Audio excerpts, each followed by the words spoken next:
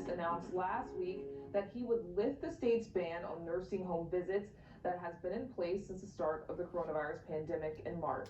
It comes after recommendations from a nursing home task force. The governor's order is expected to allow family members to visit their loved ones no more than twice at a time, two at a time, wearing protective gear, including masks. Now, it's a major step for families like the Johnsons.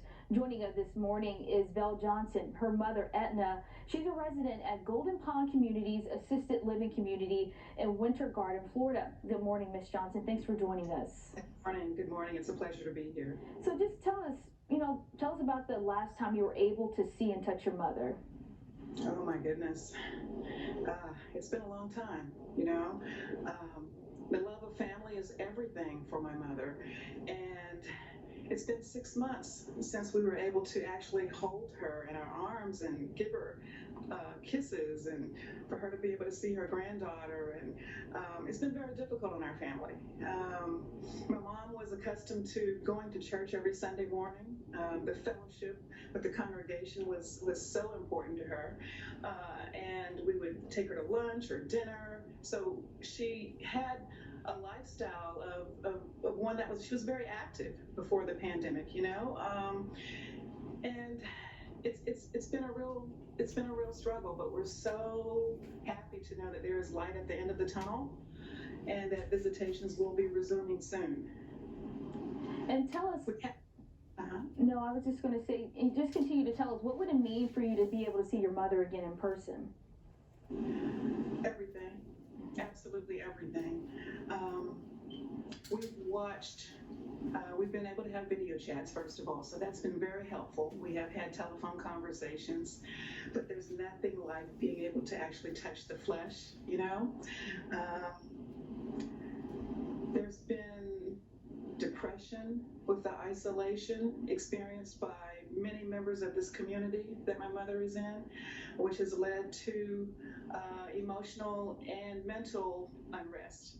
And it's been very hard to see that. So we're hoping to be able to get back to where we once were, if at all possible. And you spoke about how your mother's been dealing it. How have you guys been dealing with not being able to see her as a family? Well, whatever touches one person in the family, it touches us all. We're all connected. There's a strong bond in my family, and I was accustomed to visiting with her at least 3 times a week.